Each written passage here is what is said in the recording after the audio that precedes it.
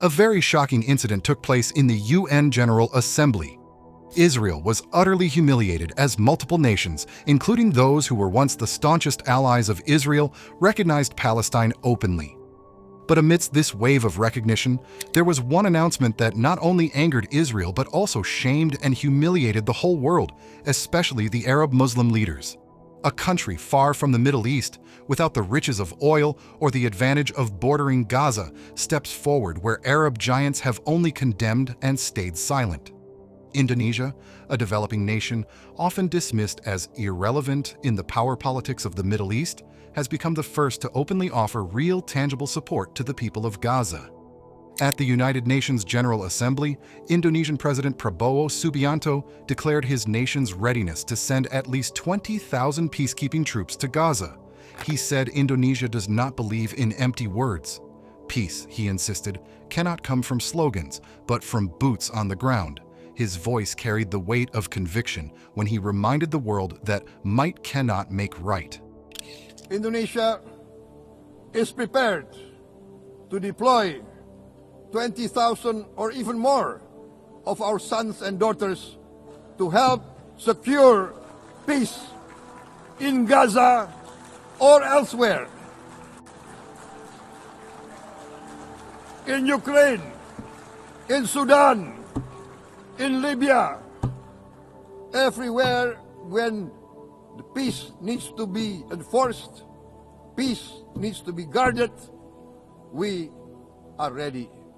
We will take our share of the burden, not only with our sons and daughters, we are also willing to contribute financially to support the great mission to achieve peace by the United Nations. Madam President, Excellencies, I propose to this Assembly a message of hope and optimism, grounded in action and execution. Today, we heard the speech of Madam President, the President of the United Nations General Assembly. Yes, it is true what she said. Without the International Civil Aviation Organization, will we be here today? Will we sit in this great hall? Without the United Nations, we cannot be safe. No country can feel secure. We need the United Nations, and Indonesia will continue to support the United Nations. Even though we still struggle, but we know the world needs a strong United Nations. Indonesia, already one of the largest contributors to UN peacekeeping forces worldwide, pledged that if the UN Security Council and General Assembly give the green light, tens of thousands of Indonesian sons and daughters would be deployed to safeguard Gaza. And this is not just for Gaza alone. Indonesia also expressed its willingness to send peacekeepers to other troubled regions, whether Ukraine, Sudan, or Libya. But what struck a chord most deeply was Indonesia's moral clarity. President Prabowo reminded the Assembly that his nation was heartened by the recent wave of countries recognizing Palestinian statehood. He pointed to the decisions of the United Kingdom, Canada, Australia, and Portugal, nations that have historically stood by Israel but have now chosen to side with justice. More than 140 nations around the world already recognize Palestine, but for Indonesia, the fight for recognition and the fight for dignity go hand in hand. And here lies the bitter irony. The Arab states, some of the wealthiest and most powerful in the world, with every resource to stop this suffering, have done little beyond issuing condemnations. For 2 years, Gaza has been under relentless attacks, starvation, and blockade, yet no Arab nation has stepped forward with a concrete plan to place peacekeepers inside Gaza. The contrast unfolding on the world stage could not be more striking. On one side stands Egypt, the immediate neighbor of Gaza, a nation whose border, the Rafah crossing, has become the only lifeline through which food, medicine, and basic aid could flow into the besieged Strip.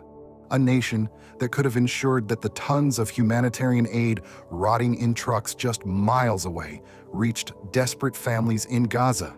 Yet instead of offering this lifeline, Egypt has deployed 40,000 troops along its border. Not to shield Palestinians, not to open the gates of mercy, but to secure the siege. Their presence ensures that not a single Palestinian soul escapes into Egypt, even as relentless airstrikes pound Gaza day and night. The border remains sealed, and the people remain trapped. Instead, the first step comes from outside the Arab world, from a non-Arab, Muslim-majority country that has carried the cause of Palestine in its heart since 1988, when Indonesia officially recognized the Palestinian state. It is painful that this should have happened long ago. The Arab nations, with their proximity, their wealth, and their influence, should have been the first to act, to put forces on the ground, to break the siege, and to shield Gaza's civilians from unending violence. But history will record that when Arab leaders chose inaction and slavery to Israel and the US, Indonesia broke the silence. And for the people of Gaza, battered yet unbroken, even this symbolic move is a reminder. The Ummah has not forgotten them entirely. Even if the nearest neighbor has closed its doors, even if Arab powerhouses remain passive, there are still nations, small, developing far away, willing to risk something for justice. Because sometimes it takes the distant brother to act when the closest neighbor turns away. That's all for today. If you found the video informative, please like it and subscribe to the channel. Jazakum Allahu khairan.